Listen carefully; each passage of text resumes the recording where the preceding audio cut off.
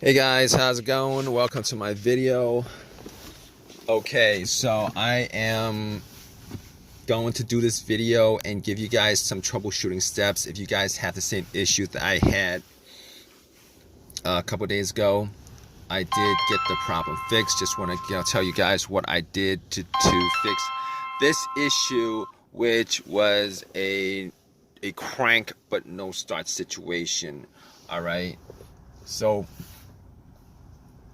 basically I was at Walmart and parked my car, went to Walmart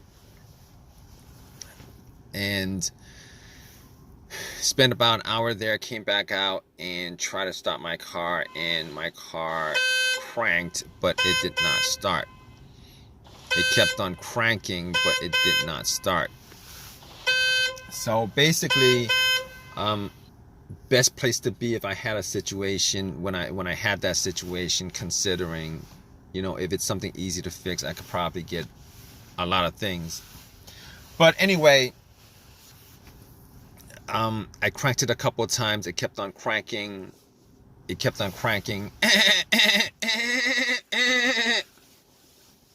Didn't start up, didn't crank over. So first thing that came to my mind was it's probably the battery, right? Haven't changed the battery for a couple years. Probably the battery. I haven't actually touched the battery for a couple of years. Haven't changed it. It was, there's probably corrosion. But here's the thing about it. It was a strong crank. It wasn't a weak crank. It wasn't a slow crank. It was a strong crank. So that actually had me thinking, maybe it's not the battery. So I turned on the headlights, went out and checked the headlights. The headlights were pretty bright. So that actually made more of a case that it's probably not the battery. So I opened up the hood, obviously, checked out the battery. There was some corrosion on there. There was some corrosion on there some corrosion on the battery. So basically what I did was I took some cans of Coke that I bought and put 2 cans and pretty much just dunked it on the terminals. Pretty much just poured it on the terminals. It's kind of messy, it's kind of dirty, it's kind of messy, it's kind of dirty. It's gonna turn syrupy on you if you guys do that, but it will. Just take some water and rinse it off, guys. That's what I did also. But anyway, it oxidizes, it bubbled up. A lot of the corrosion was taken, came off. And went back to Walmart to get a couple of things. Went back to Walmart to get a wire brush. And pretty much cleaned up the battery terminals. Got a little set of wrenches and but I probably probably didn't need to do all that because I actually have a power pack to test that out. Thinking about it right now. But anyway, I cleaned it up, try to crank it. It cranked. I mean, the crank might have been a bit stronger, but it cranked. Just didn't turn over. So I was like, all right, I forgot that I had the power pack in the back, but took the power pack out, popped it on, and try to turn it over. And it cranked. It did not turn over. So at that point, I was like, okay, probably, I'm like, at that point, I was 100% sure it wasn't the battery, considering the cranks were strong. It kept on cranking pretty strong, and putting the power pack on there, it should have just started up. It did not start up. So at that point, I was like, I can rule out it's not the battery. All right. As far as the wiring on the battery, I could rule out that it wasn't the wiring on the battery either, because I actually did check out the ground wire. The ground wire is a negative cable, guys. For the most part, the ground wire is just connected to the frame of the car. I looked at the ground wire just to see whether there was whether it was loose, rusted, anything like that. It wasn't. It was very tight onto the frame, connected. There was no frayed wiring or anything like that. So I was like, okay. Okay, it's not probably not the wiring, probably not this. Okay, so I'm ruling out things at that point. All right, I'm ruling out the battery, I'm ruling out the wiring, and on top of that, I ruled out the alternator. The alternator wasn't really in you know what I thought it was causing it anyway, considering you know, it cranked up pretty strong. And cranking up pretty strong means that the battery was pretty strong. And when I put the cables on from the power pack, and it didn't start off up, you know, it's not the alternator, guys. You guys think it's not the alternator, it's none of that other stuff, okay? So at that point, I was like, here's the thing. As far as me, if you guys are in this situation, you guys trying to troubleshoot this whole entire thing, trying to rule out certain things.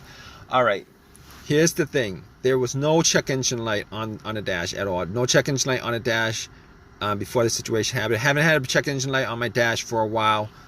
I had some other issue, but that was a long time ago. No check engine light on the dash, okay? But I have an OBD2, and I plugged it in. And what you know, this situation could be caused by also your car's computer not registering, not connected to your car for whatever reason. Could be a fuse, a short somewhere, whatever.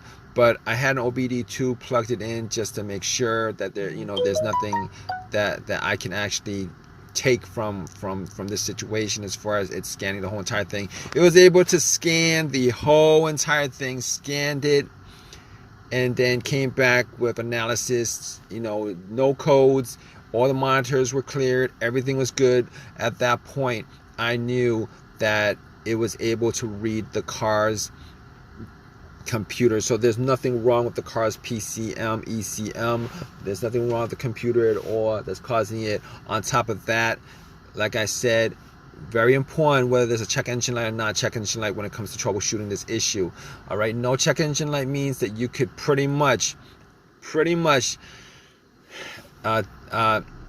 consider that, you know, all the other stuff that could be causing it with a sensor on there is probably not causing the issue. And when I say this, I mean the mass airflow sensor, I mean the throttle position sensor, I mean the camshaft sensor, I mean the crankshaft sensor, I mean every single thing that you could possibly think of, all those things that you could possibly think of that has a sensor to it that could be causing this issue, you could pretty much just rule every one of those things out. Pretty much. Not always the case. Sometimes sensors go bad and the computer doesn't detect it, or it has a little bit of an issue and the computer doesn't connect, doesn't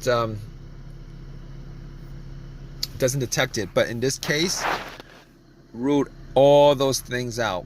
Camshaft, crankshaft, position sense, throttle position sense. I ruled every one of those things out. So at that point, all right, I'm down to pretty much a couple of things. Fuses, relays, the fuel pump maybe. Okay, it could be a couple other things outside of that. But we're just gonna troubleshoot little by little. So I was troubleshooting it little by little.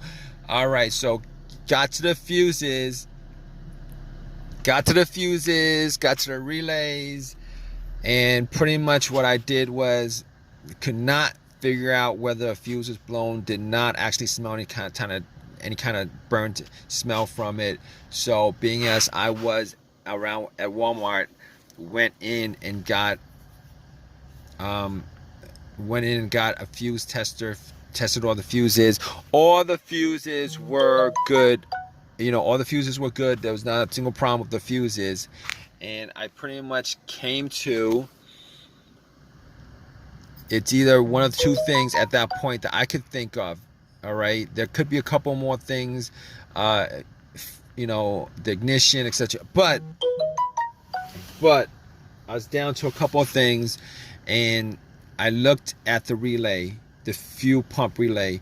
All right, but before I did that, I was thinking it might be the fuel pump. So I was in my car, and I was trying to figure out whether I could hear hear the fuel pump whizzing, priming. All right, so if you guys don't know how to do this, essentially you would normally need two people to do this. One to listen to the fuel pump priming as the ignition is turned to the on position, not the crank position, because once you get to the crank position, you're gonna crank the car up and you're not gonna be able to hear it too well. All right. So basically, I had, it was just me there. So I was sitting in the car and I turned it onto the on position, trying to hear whether there was a whizzing sound. All right. Normally, you would want somebody to turn on to the on position while somebody has the gas cap off, and you're listening to hear whether there's a motoring sound, motor sound, a motor sound. I couldn't do that. So I was listening, trying to hear it, and got to, I couldn't detect it at all. I could not detect it at all. Detect the sound at all. So at that point, I was like, oh, okay, all right, we're gonna just swap out some relays. So I looked at the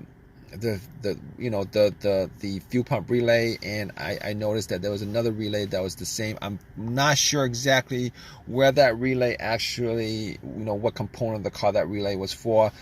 Popped that relay out, popped it in, popped the relays out of the fuel pump, popped that relay out, swapped it. Guess what? It cranked over.